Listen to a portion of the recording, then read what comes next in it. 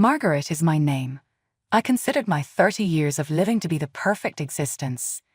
My paradise was our large home, which was situated just outside the city boundaries and looked to be an infinite source of delight. Our son Ethan, a rising football star at his college, was the joy of our life, and my husband David was my strength. I recall the day Ethan brought his girlfriend Claire home. Her eyes were lovely, and her smile was soft. She was a sweet kid. I instantly warmed up to her, recognizing in her the daughter I was never able to have. Their frequent visits would fill our home with their upbeat laughter and aspirations for the future. I couldn't help but imagine wedding bells for them as I watched them. They appeared to be so in tune and flawless as a pair. Claire was already beginning to feel like a member of our family.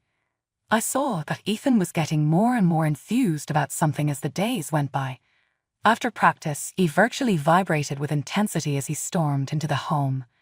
I initially attributed it to his love of football and his bond with Claire, but there was something else about it that I couldn't quite place.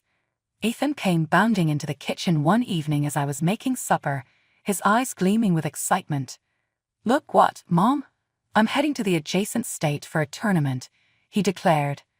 I grinned at his enthusiasm as I turned away from the stove. "That's fantastic, my dear. What time is it?" he answered, taking an apple from the fruit dish. "We're leaving next week." "Mom, it's really important. That may significantly alter the course of my career." I found something strange about the way he was acting. Although Ethan had attended several tournaments in the past, he had never been this excited about one. "Are you okay, Ethan?" I looked at his face as I asked. "You seem different." He laughed and dismissed my worries. "Mom, I'm doing okay. Superior than satisfactory. You shouldn't be concerned about me. All I can say is that this is a tremendously significant opportunity." I nodded, willing to let it go even though I wasn't quite persuaded. "That's okay, my love. Just keep in mind that you may chat to me about anything at any time." After a grueling 3 months, Ethan was still missing.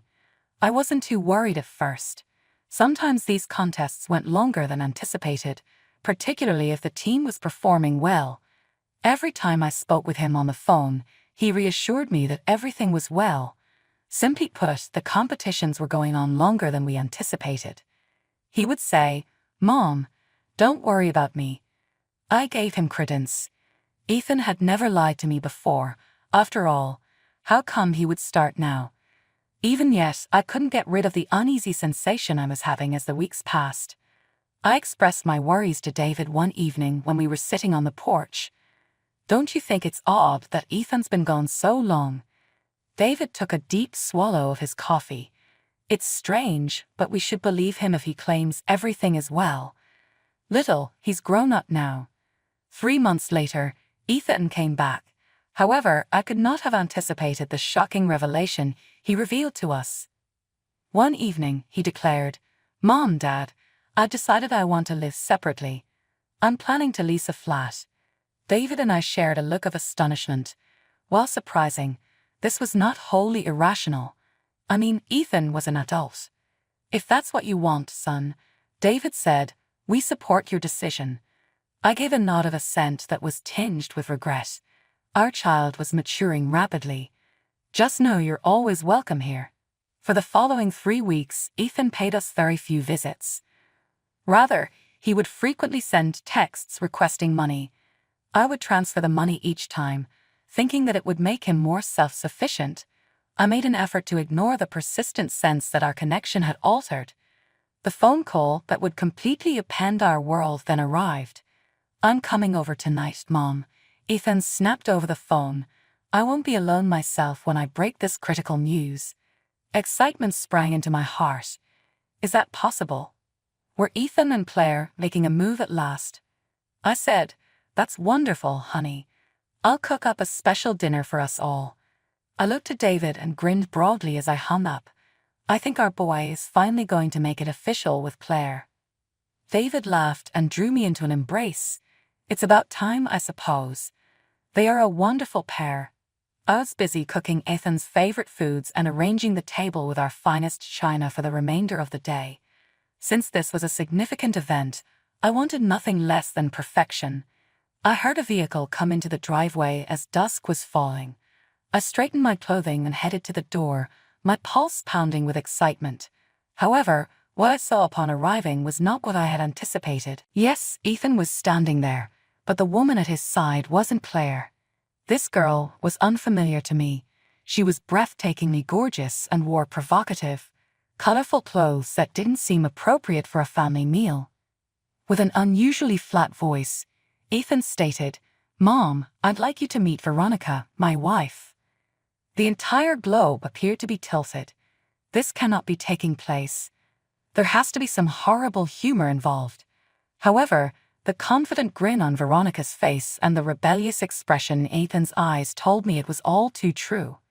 In a haze, we all made our way to the dining area. I kept looking at Veronica as we sat down at the table I'd so painstakingly set up. Yes, she was gorgeous, but there was something unsettlingly icy about her gaze that troubled me. Seemingly unaffected by the strain, Ethan began to describe their wedding. At that brand new, elegant location downtown, we had a fantastic ceremony. Mom, you ought to have witnessed it. The music, the flowers. Everything was flawless. Every statement twisted my heart like a dagger. How could you celebrate your wedding without the people closest to you? I questioned, trying not to cry. Ethan froze in place. My spouse is the one who I am closest to, he said. I want to make her happy. With a smug look on her lips, Veronica raised her head. Ethan went on, his tone somewhat becoming softer. Veronica's parents left her behind a long time ago. She was reared by her grandma, who just died away. We chose not to invite any family members since I didn't want Veronica to feel alone during our wedding. We only celebrated with our pals. I sat there, attempting to take in this knowledge. Then it dawned on me. Ethan, how is Claire doing? What took place with her? Ethan moved in his chair uneasily. He said, I left her. She cheated on me. I was hearing things that I couldn't believe. Darling, kind Claire. Lying. That was nonsensical. I went to Veronica in an attempt to learn more about this woman who had just joined our family.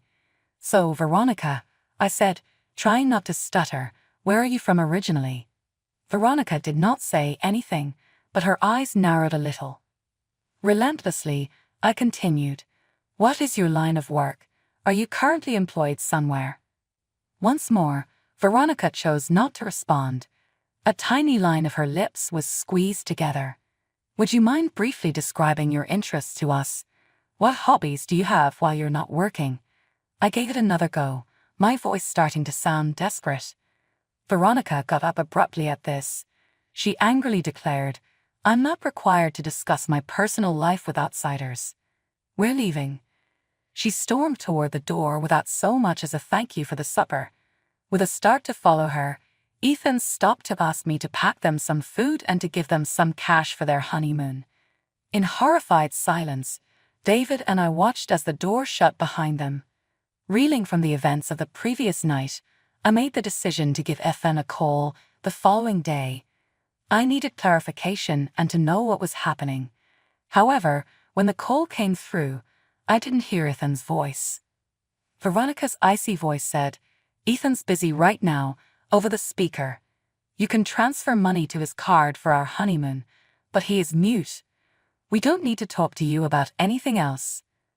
The call ended. With my phone in hand, I stood there as my disbelief turned into a sharp, profound melancholy. My darling kid, what had happened to him? And how could this woman have had such a hold on him? I moved several thousand to Ethan's account with sorrowful heart. It was the only thing I could do to maintain a sense of closeness with my son. After a few weeks, life began to have an uncomfortable rhythm. David and I made an effort to accept Ethan's unannounced marriage, but our son's quiet was unbearable. Then my phone rang out of the blue. It was Ethan. With a voice full of excitement, he remarked, Mom, I have amazing news.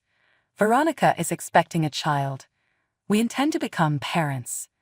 My heart gave a jump. Having a grandchild made me happy in spite of everything. Oh, Ethan, that's wonderful news. Yeah, it's great, he said again, a little change in tone. However, we require assistance. You realize how expensive it is to prepare for a baby?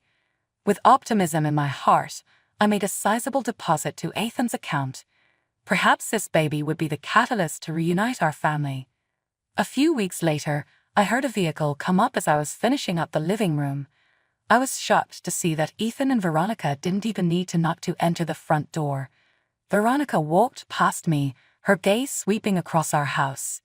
"This house will do nicely," she said in a serious tone. "I'm sorry, what?" Perplexed, I stuttered. Ethan took a step forward, his expression determined. "We've made the decision to live here, Mom. You two need to find another place to stay, Dad." It was like someone smacked me. "What topic are you discussing? We live here." With icy eyes, Veronica turned to face me. "We require room and freedom for our child's healthy development. This home is ideal." I felt anger rising within of me. "Certainly not. We're in our house, therefore you can't just tell us to go." Veronica narrowed her gaze dangerously. "Fine, but you can forget about having any relationship with your son or your future grandchild." They turned and rushed out before I could reply, leaving me stunned. My phone was inundated with texts from Ethan starting that day. More offensive and menacing than the others, each one insisted that we give them the house. The nasty things my son was saying shocked me. How he ended up. After going through this agony for 2 weeks, Ethan finally returned to our door. Anger was twisted over his features. He said, "You have to give us this house. If you don't, Veronica is threatening to get a divorce from me. Would you like to destroy my union?" I made an effort to reason with him. "You see that she's blackmailing you, Ethan, honey. This is incorrect." His cheeks became dangerously crimson. "You have no right to discuss Veronica in that manner. You don't even have a hair on her head." That was the last straw. David took Ethan by the arm and, without saying a word, dragged him out the door before shutting it behind him.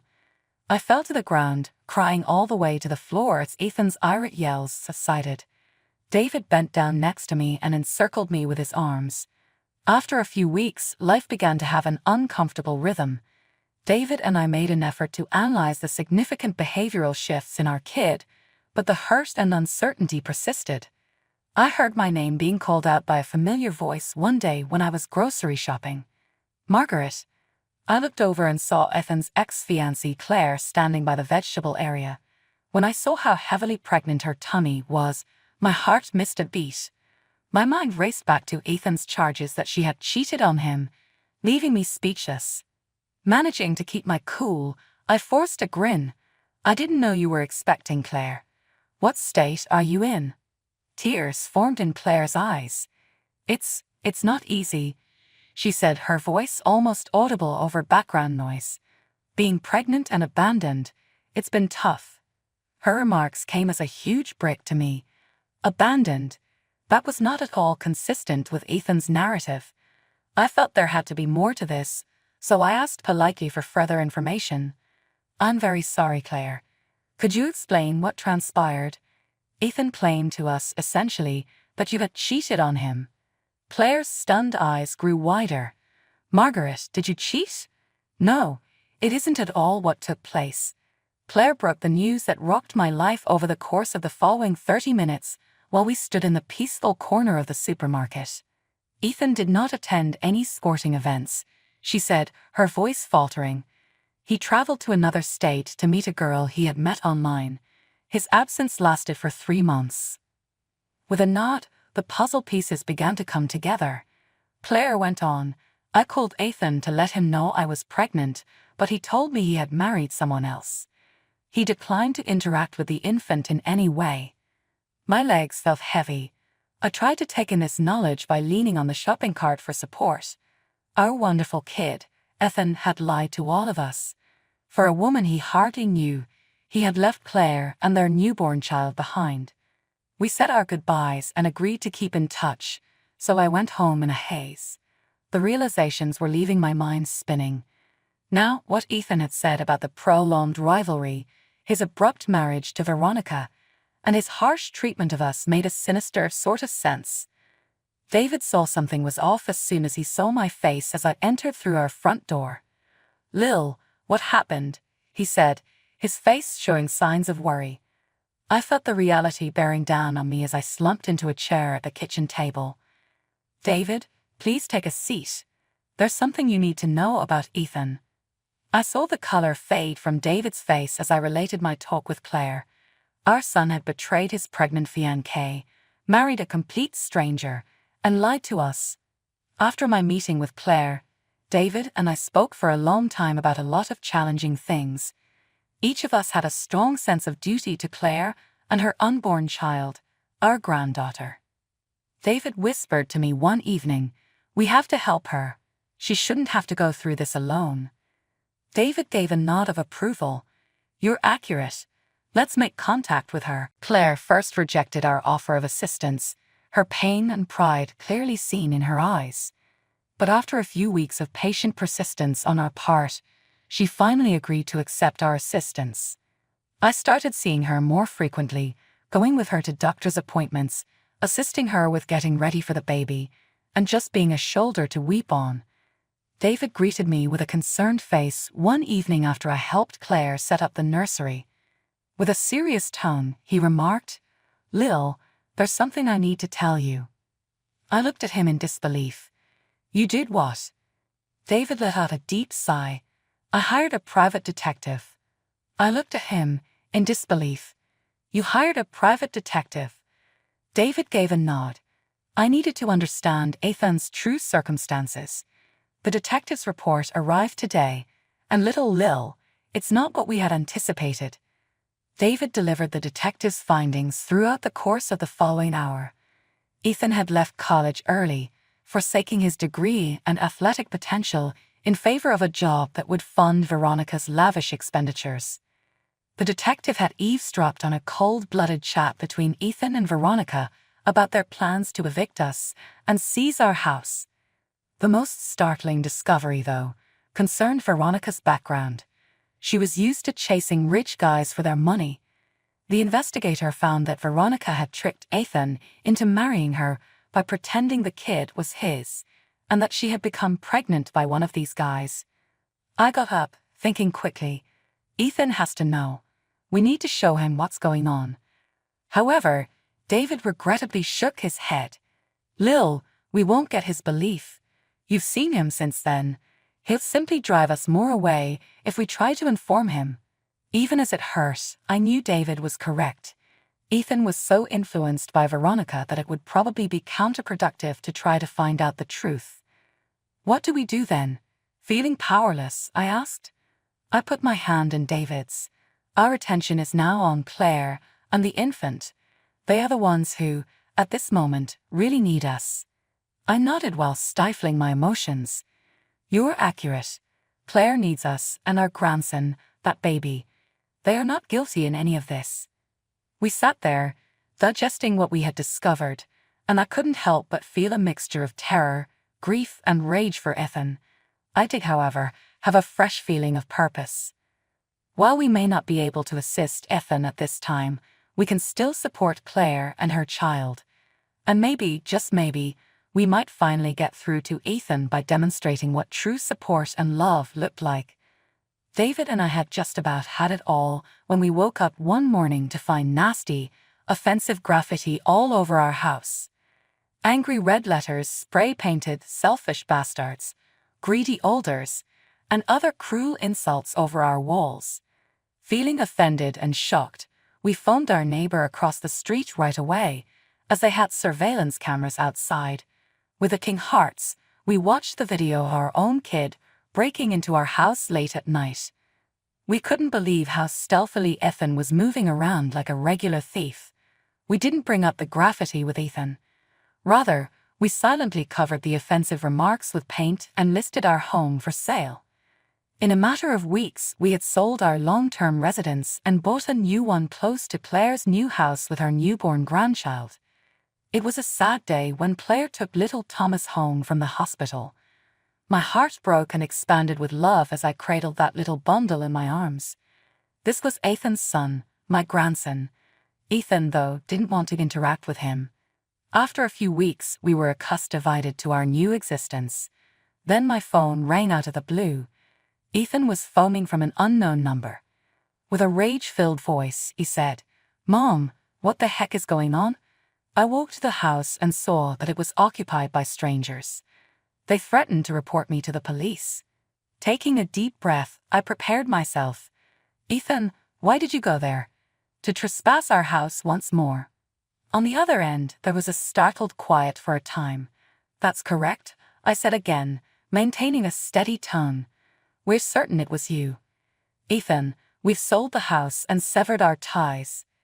Ethan's surprise soon gave way to rage. He cried, "You can't do this to me. You could be the reason Veronica leaves me. My son will never see me." I laughed, uncontrollably, a hollow, sorrowful sound. "Ah, Ethan, it is not your child. You were duped by Veronica," he stammered. "What are you talking about?" "Ethan, our private investigator, was recruited. We are well aware of Veronica's background, her deception regarding your paternity, and your intentions to inherit our home. I'm providing the proof to you right now." Just as I was about to send the email with the detective's report, I saw Ethan taking a quick inhale. As I responded, "You're a fool, Ethan," my tone became a little softer. "You gave up on Claire and your biological kid in favor of a lady who has been deceiving you from the beginning. I'm hoping you'll come to understand what you've wasted eventually." My fingers trembling a little, I hung up the phone with that. The next 6 months were a whirlwind of cooing babies, restless nights, and pure bliss. As devoted grandparents, David and I had become comfortable in our responsibilities and were enjoying every second we had with little Thomas. Even though it was smaller, our new house was more loving and funny than it had been in a long time. Our neighbors stopped over one lovely day as we were sitting on our porch watching Claire push Thomas in the swing we had set up in the backyard. She had some unexpected news. Her voice was low as she inquired, "Did you hear about Ethan? There are rumors that his spouse dumped him. It seems that she gave their child to her parents. It turns out that she fled off with a wealthy man she met and wasn't an orphan after all." David and I looked at each other, a range of feelings coursing through us. A part of me still hurt for the suffering Ethan must be going through in spite of everything. Ethan called later that night, as if he was beckoned by our thoughts. His tone was very different from the Irish, demanding one we had become used to. Rather, he sounded desperate and shattered. He cried, "Mom, I'm so sorry for everything. Could we please start over? I realize that I am still your son. I swear, I can change." I felt a familiar aching in my chest as I closed my eyes. "Oh, Ethan," I mutely said, "I understand that you're in pain, but you must understand that your father and I have modified our will. Everything we own will be given to Thomas, your abandoned son." Ethan started to yell instead of cry. "You're not able to do that. I'll return to Claire now. We are able to begin over." "Goodbye, Ethan," I firmly stated, hanging up the phone. A little while later, David discovered me looking out at the lowering sun while perched on the porch swing. He sat next to me and held my hand. "You okay?" he inquired politely. I squeezed his hand and nodded. "Yes, I am. Although this isn't how I would have ended things, I believe that we are right where we are supposed to be." Indeed, we were.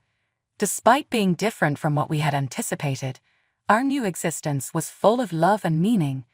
Thomas loved to explore every corner of our house, and on weekends, his laughing could be heard throughout the house. Claire, who had only been our son's girlfriend, had developed into our dream daughter. "Grandma, Grandpa."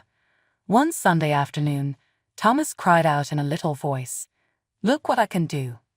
We were ecstatic to see him stumble across the living room and fall into Claire's waiting arms. Claire raised her head to gaze at us, happiness glistening in her eyes. Whispering, "I don't know what I would have done without you two," she whispered. "You've been more like parents to me than I ever expected to have." I knelt next to her and gave them each a hug. "You and Thomas, you're a family, my dear. Even if we tried, we couldn't love you more." A deep sense of tranquility washed over me as I turned to face my family. Seeing their soft eyes, Thomas's plump cheeks, and David's worn-out smile. Though it was not the life I had anticipated, it was still the most loving, joyful, and purposeful existence I could have ever dreamed.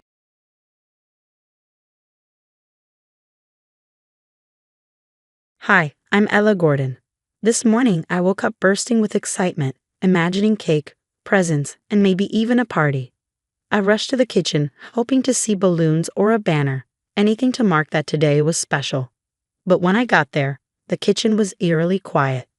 No smell of pancakes or bacon like I'd hoped. Dad was at the table, his eyes fixed on his laptop, while Marianne, his new wife, was busy tapping away on her phone. "Happy birthday, Ella," Dad muttered without looking up. "Thanks, Dad. Are we doing anything special today?"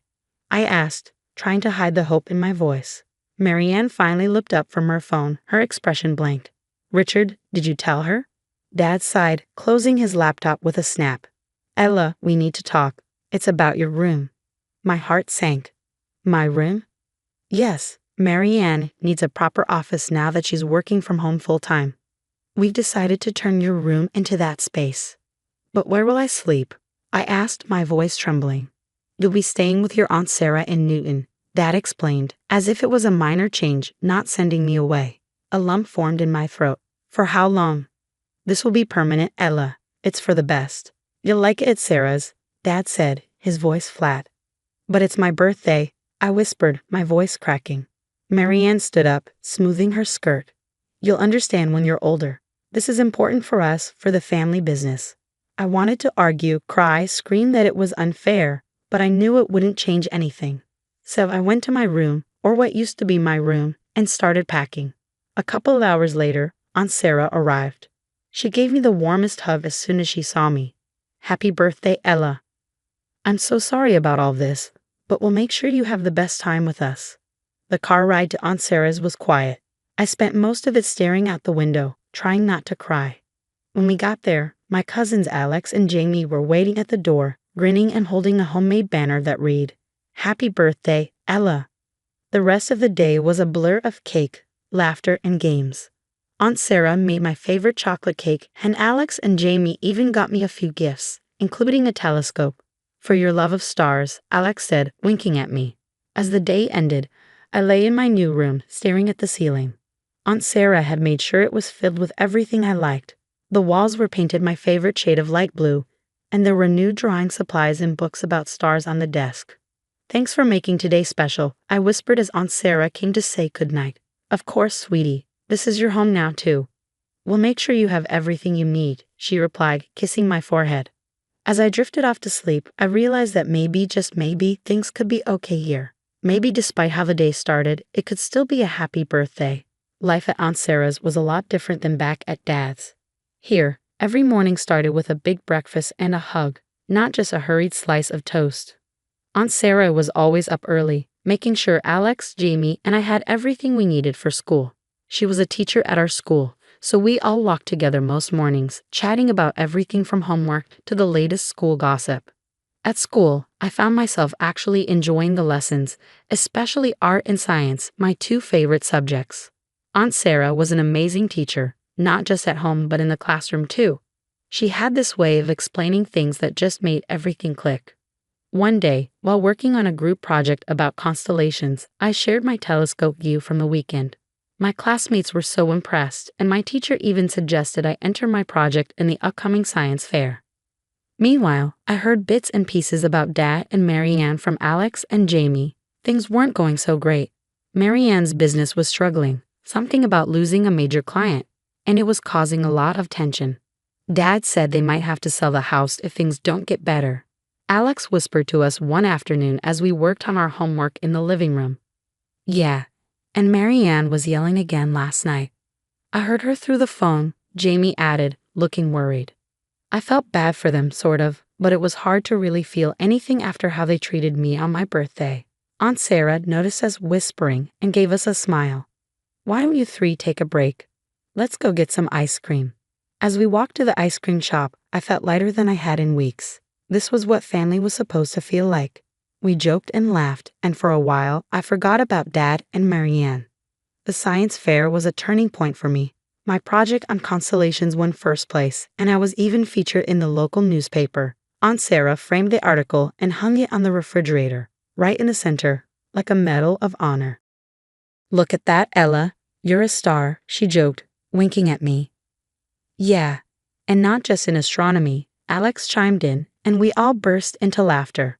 I started a small art project, painting scenes from the constellations I loved. Each star felt like a point of light in my new life, a tiny victory. That evening, as we sat down to dinner, Aunt Sarah raised her glass of water and a toast. "To new beginnings and bright futures."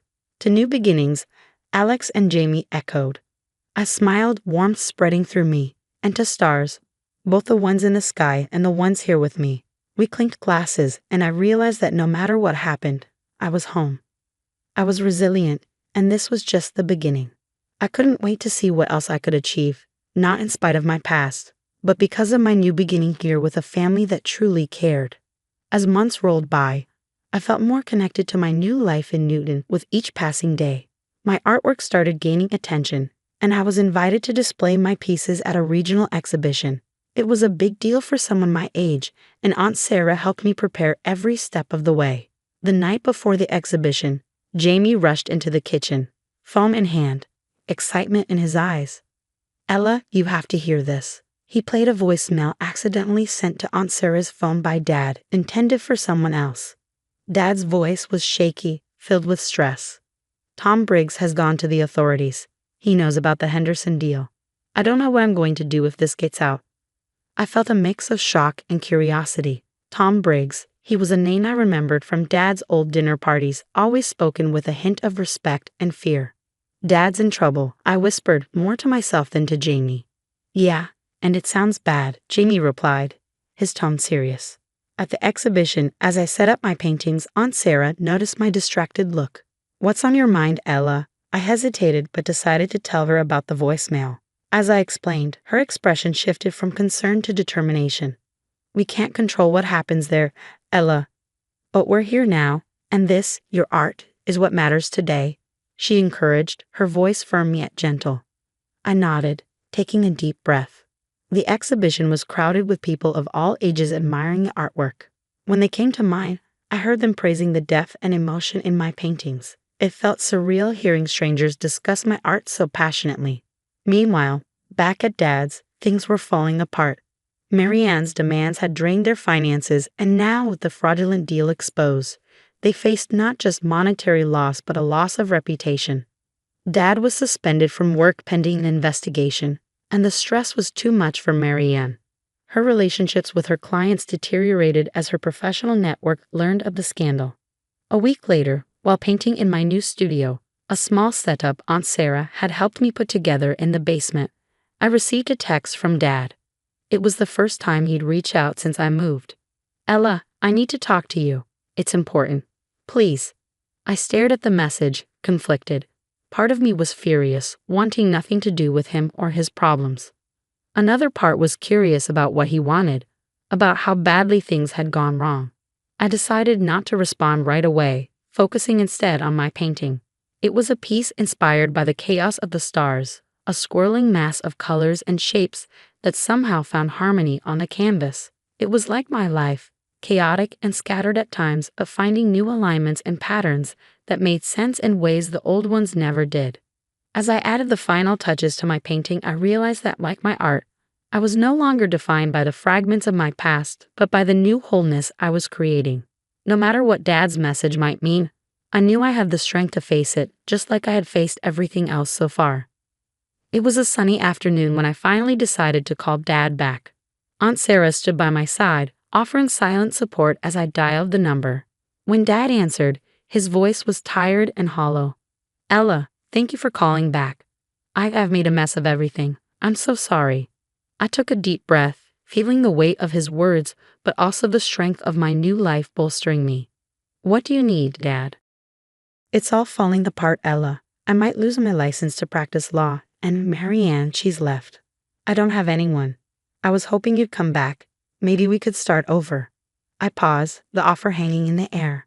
The old Ella might have jumped at the chance to return to what was familiar, but I wasn't that Ella anymore.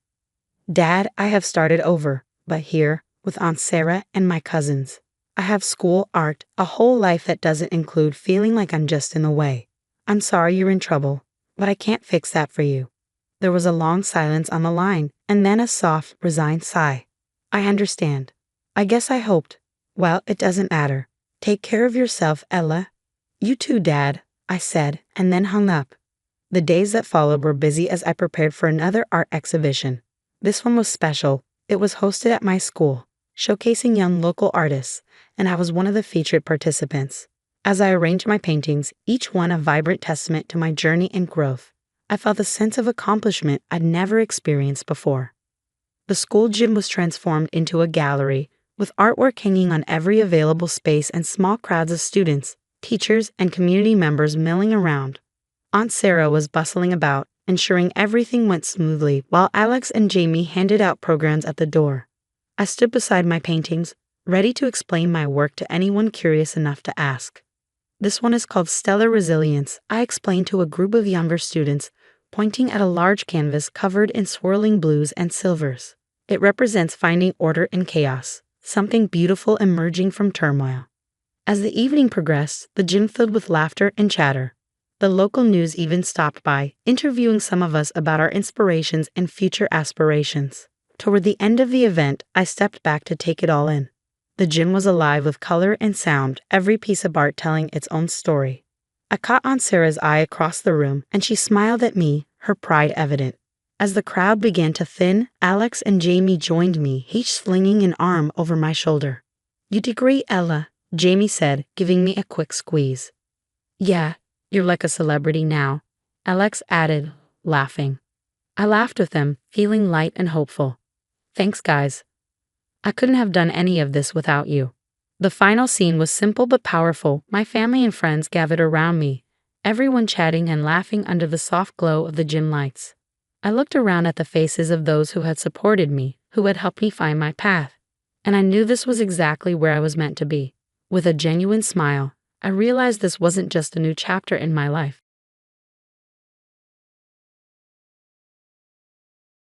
Hey there, I'm Sarah. I'm your average 38-year-old suburban mom with 2 kids, Zach and Emma. My husband, Mark, is a big shot lawyer, and we've got the whole picture-perfect life with a big house and a white picket fence. I work part-time as a graphic designer, mostly to keep busy while the kids are at school. Mark rakes in the big bucks. I do my artsy thing, and the kids, well, they've been acting a bit off lately, but I just figured it's the usual teenage stuff. One day, I'm in the kitchen making dinner when Zach pops his head in. Hey Mom, what's for dinner? Just some lasagna. Hungry. He shrugs. Nah, just curious. So, you going anywhere tonight?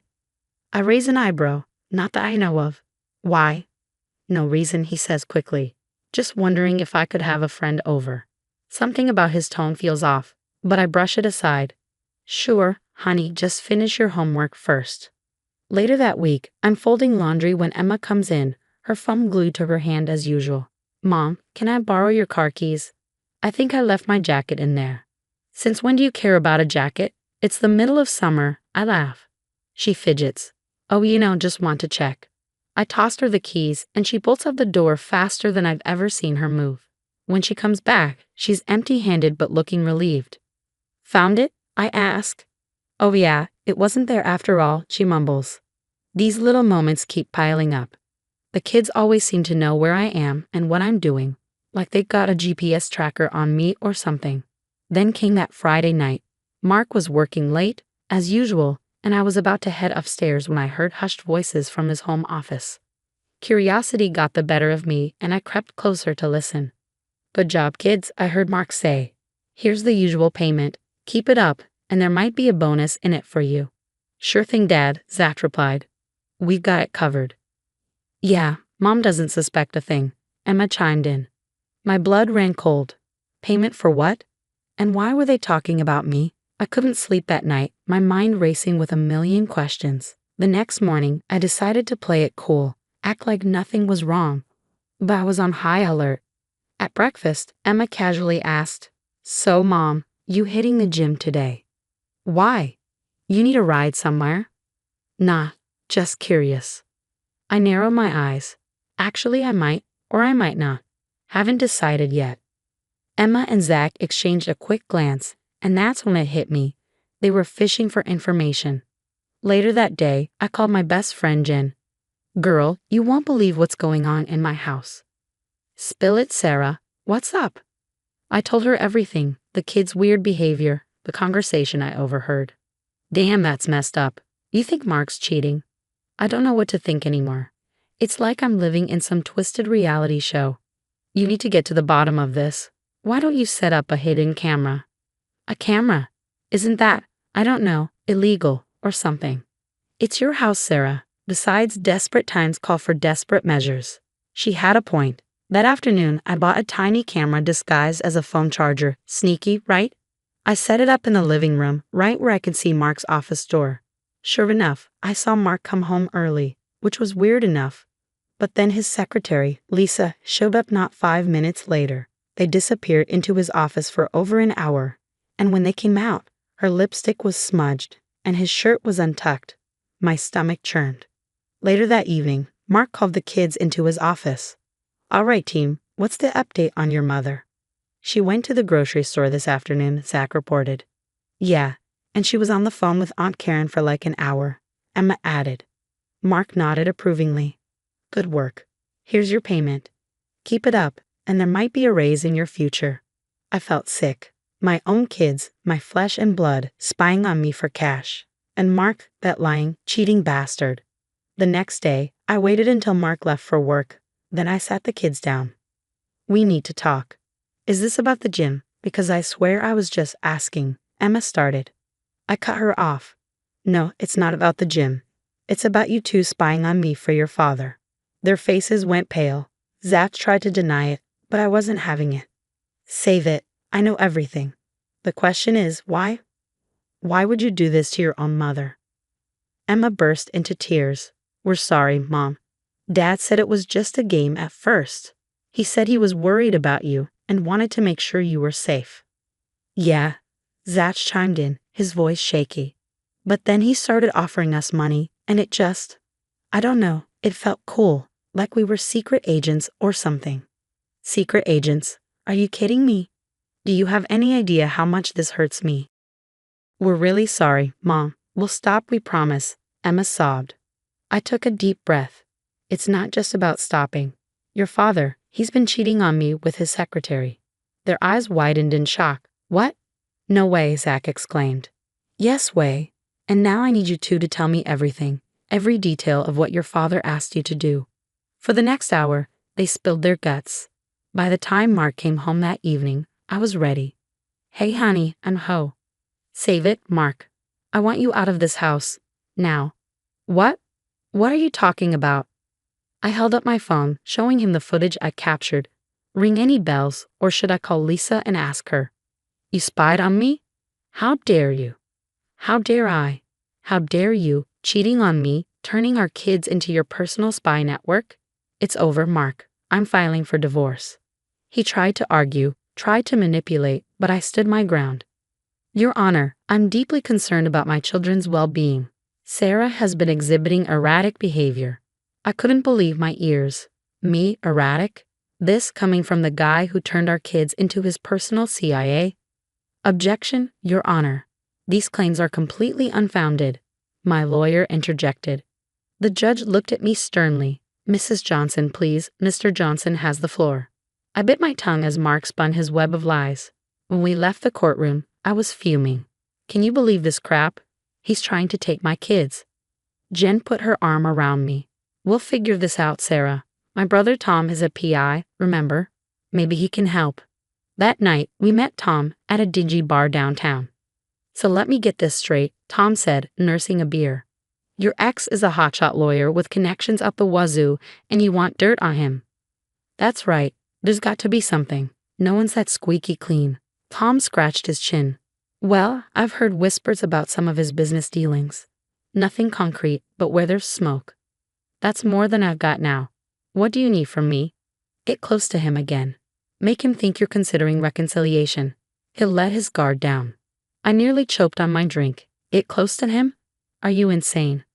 Jen chimed in. It's brilliant, Sarah. He won't suspect a thing. I sighed. Fine, but I'm going to need a lot of showers after this. The next day, I swallowed my pride and called Mark. Hey, can we talk? I've been thinking. Sarah, unsure. Coffee at Mario's? Perfect. At the cafe, I plastered on my best fake smile. You're looking well, Mark. He preened like a peacock. Thanks, you too.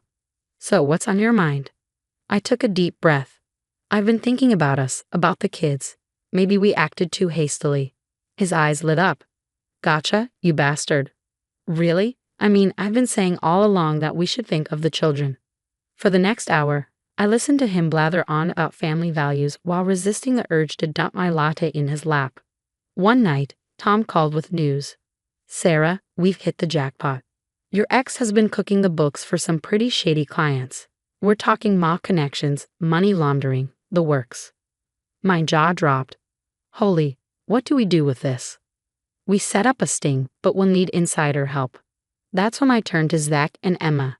Kids, I need your help. It's time to turn the tables on your dad. Emma looked nervous. What do you mean, Mom? Remember how he had you spy on me?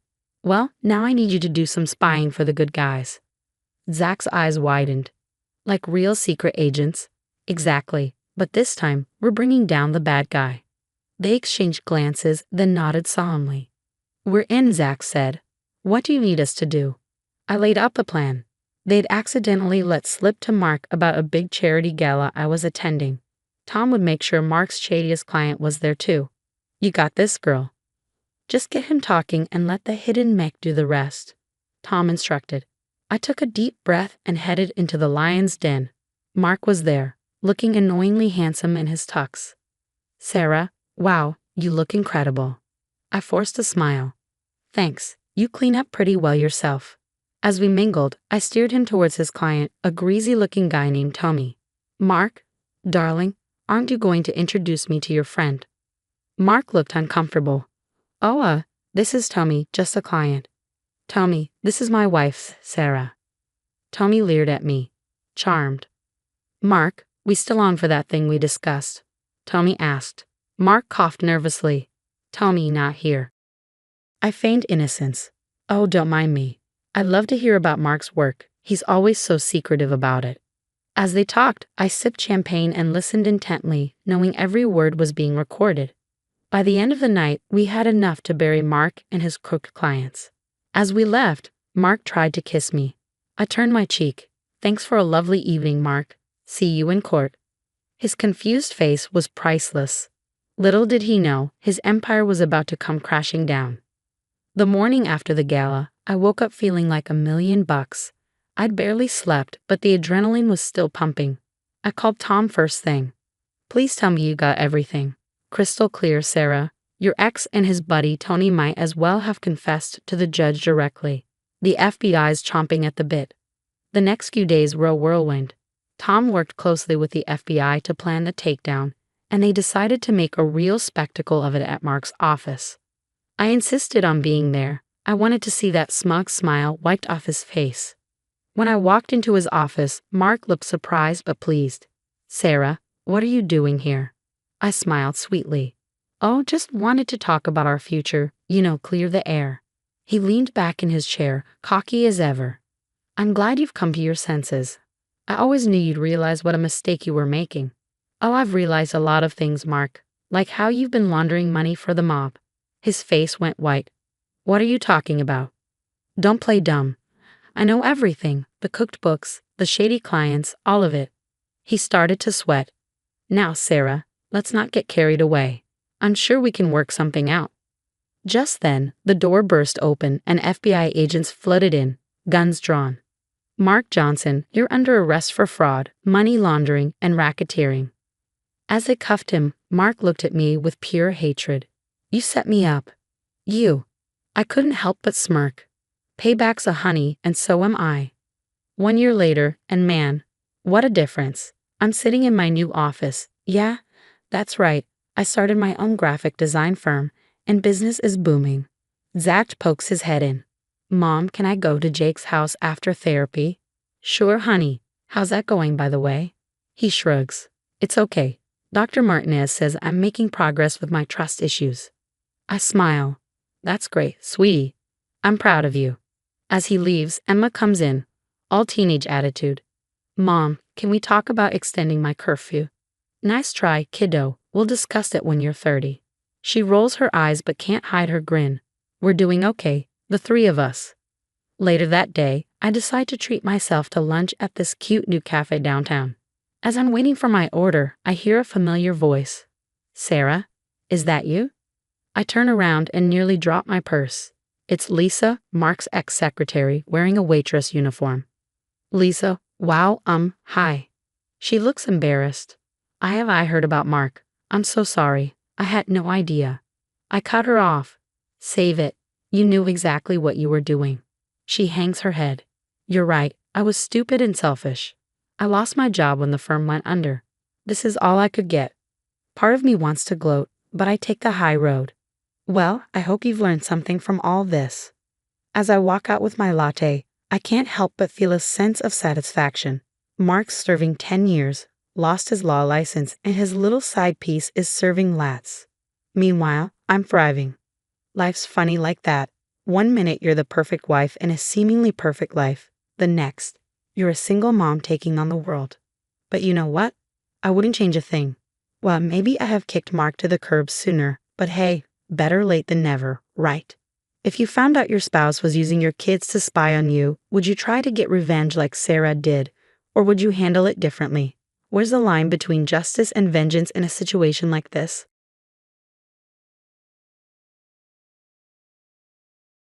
Hey everyone, I'm Lan, a 29-year-old marketing executive with a story that'll leave you speechless. It all started when I found myself staring at a positive pregnancy test, heart pounding with excitement. Jack and I had been trying for months, and now it was finally happening. That night, I surprised him with a little world's best dad muck. His face lit up with joy. Are you serious? We're having a baby? He asked, his voice filled with wonder. I nodded, tears welling up as he scooped me into his arms, spinning me around. We're going to be parents, he shouted. The next day at work, I could hardly contain my excitement. My best friend and coworker, Sophia, noticed right away. Spill it, Elle. What's got you grinning like the Cheshire Cat? She asked. I pulled her into the break room and whispered, I'm pregnant. She squealed, hugging me tight. Oh my God, I'm so happy for you. We chatted about nursery colors and baby names, and I felt on top of the world. Then came the first ultrasound. Jack and I held hands, watching the screen intently. The technician paused, then smiled. Well, would you look at that? Congratulations, you're having twins. I was over the moon, but Jack's reaction was different. His smile seemed forced. 2 babies, he said weakly. That's wow. On the drive home, he was unusually quiet. I tried to get him to talk. Can you believe it, Jack? Twins, he nodded, distracted. Yeah, it's something. That night, I overheard him on the phone. Mom, I don't know what to do. 2 babies, we can't afford that. I froze. Can't afford it? We both have good jobs. What was he talking about? The next day, Jack's mother, Patricia, showed up unannounced. I heard the news, she said, her smile not quite reaching her eyes. 2 babies, that's quite a handful. I forced a smile. We're excited, I replied, but Patricia's eyes narrowed. Are you sure you're ready for this, dear? Children are such a responsibility. Before I could respond, Jack jumped in. Mom, we've got this. Right, Lan? I nodded, but a sense of unease settled in. Over the next few weeks, I noticed Jack taking more and more private calls with his mother. Every time I walked in, he'd quickly end the conversation. One night, I confronted him. Jack, is everything okay? You seem distant. He forced a smile. Of course, babe. Just processing the whole twins thing. But I couldn't shake the feeling that something was wrong. As time went on, Jack's behavior grew more erratic. He was constantly checking his phone, having hushed conversations with Patricia. I tried to involve him in baby preparations, but he was always too busy or too tired. One evening, while folding laundry, I heard him on the phone again. Mom, I know, but how am I supposed to tell her? She's so excited about the twins. My heart started racing. Tell me what? Maybe you could talk to her, convince her it's for the best. Jack continued. I leaned closer to the door, straining to hear. I know it's a lot to ask, but if anyone can convince Land to, get rid of one of them, it's you. The laundry basket slipped from my hands, crashing to the floor. Jack whirled around, his face going pale. I'll call you back, Mom, he said, quickly hanging up. We stared at each other, the silence between us deafening. Finally, I found my voice. Get rid of one of them. Are you talking about our babies? Jack stammered, trying to backpedal. Lan, it's not what you think. We were just discussing options. But I wasn't listening anymore. My world was crumbling. The man I thought I knew, the father of my children, was plotting behind my back to get rid of one of our babies. As I stood there, tears streaming down my face, I realized this was just the beginning of a battle I never saw coming. But one thing was clear, I would fight tooth and nail for my babies, with or without Jack by my side.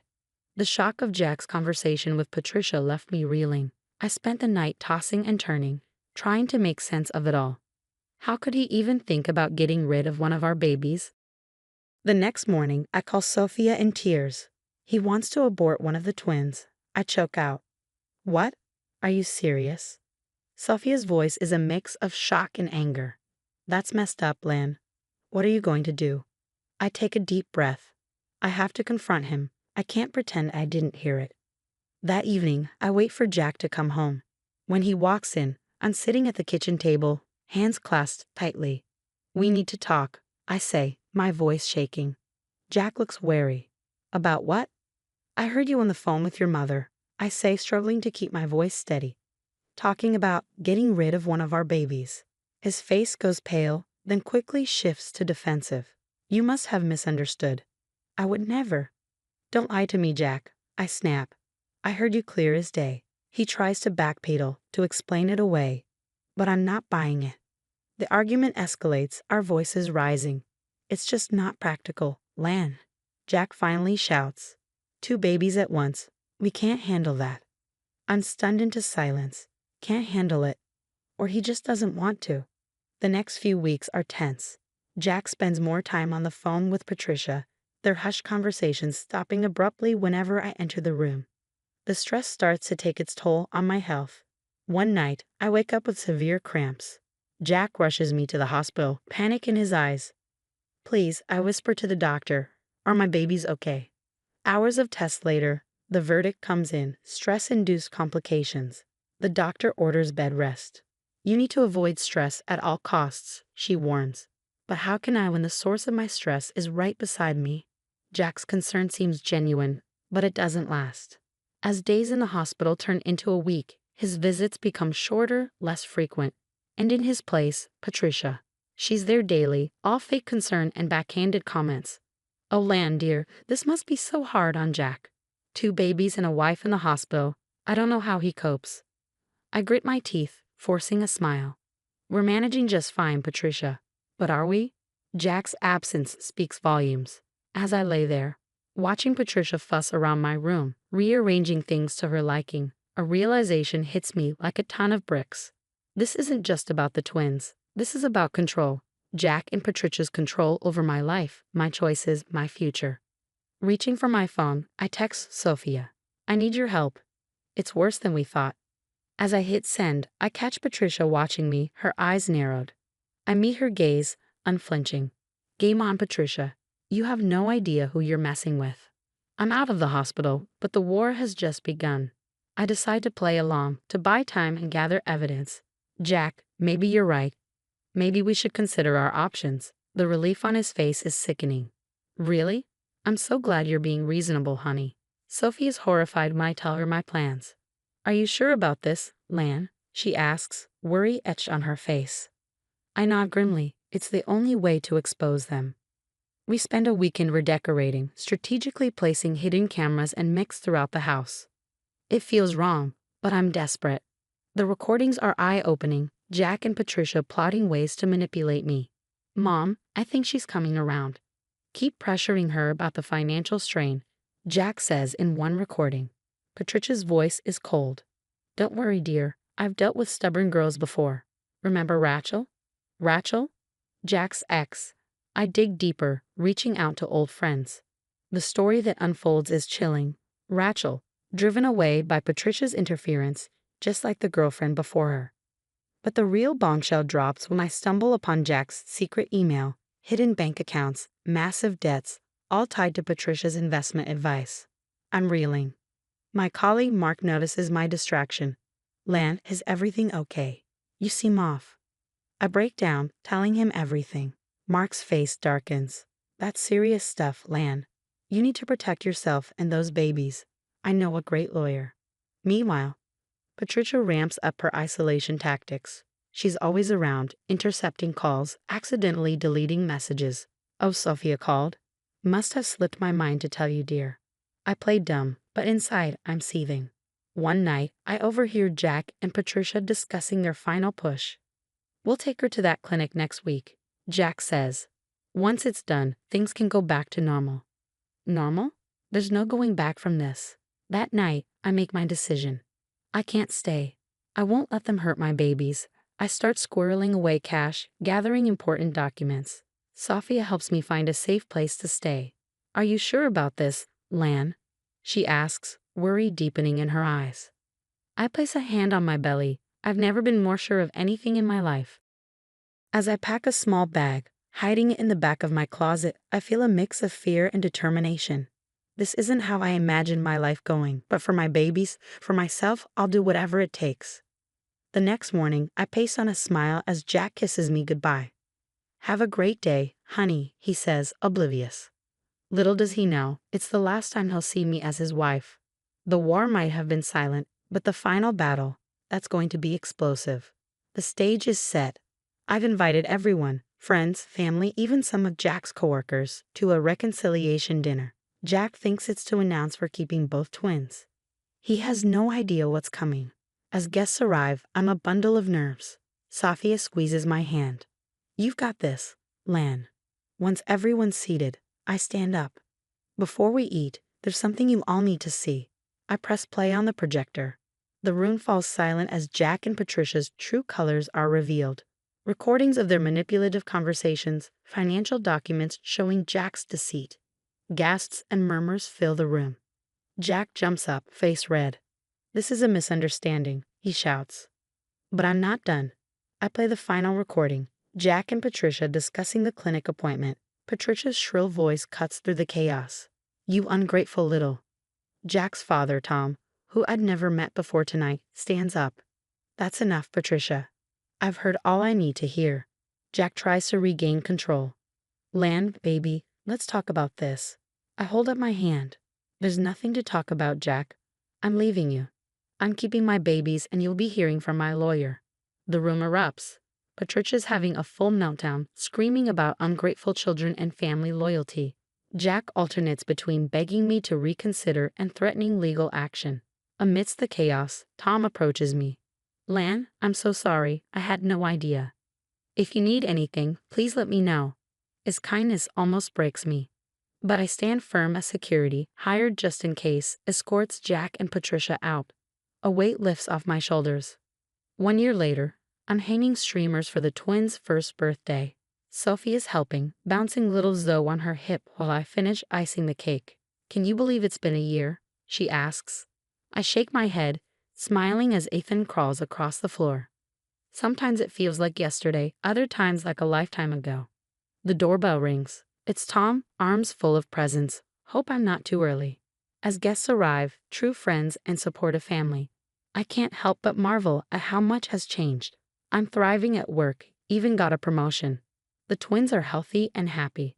Later, as everyone's enjoying cake, I make an announcement. I'm starting a support group for women leaving toxic relationships. The room erupts in cheers and support. Sophia hugs me tight. I'm so proud of you, Lan. You've come so far. Tom raises his glass. To new beginnings and to the strongest woman I know. As I look around at my chosen family, at my beautiful twins, I feel a sense of peace. It wasn't easy, but we made it. And now it's time to help others do the same. As the party winds down, I tuck the twins into bed, looking at their peaceful faces. I whisper, we did it, little ones. We're safe now. Back in the living room, Sophia and Tom are helping clean up. You know, Tom says, I always knew Jack had issues, but I never imagined. I'm just glad you got out when you did. I nod, feeling a mix of sadness and relief. Me too, it wasn't easy, but it was worth it. The story's over, but here's a question to ponder. Was Lan justified in secretly recording Jack and Patricia to gather evidence, or did she cross an ethical line? If your spouse was plotting behind your back to harm your unborn children, how far would you go to protect them? Share your thoughts in the comments. Your perspective could help others facing similar family dilemmas. If this tale of betrayal and empowerment kept you on the edge of your seat, hit that like button and subscribe.